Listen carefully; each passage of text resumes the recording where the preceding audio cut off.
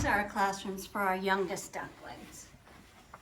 The infant side is for babies 6 weeks to 6 months old. It's a parent-directed schedule, and we provide time every day for tummy time.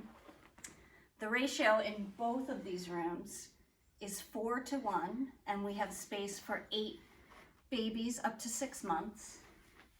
And then on the Waddler side, 8 of the babies from 6 months to 1 year. These babies are a little more active. They're generally crawling, and it is still a parent-directed schedule, but we're starting to look for readiness to move to our next room. By the time they get to our next room, the babies will be taking 1 nap in the afternoon and should be walking unassisted.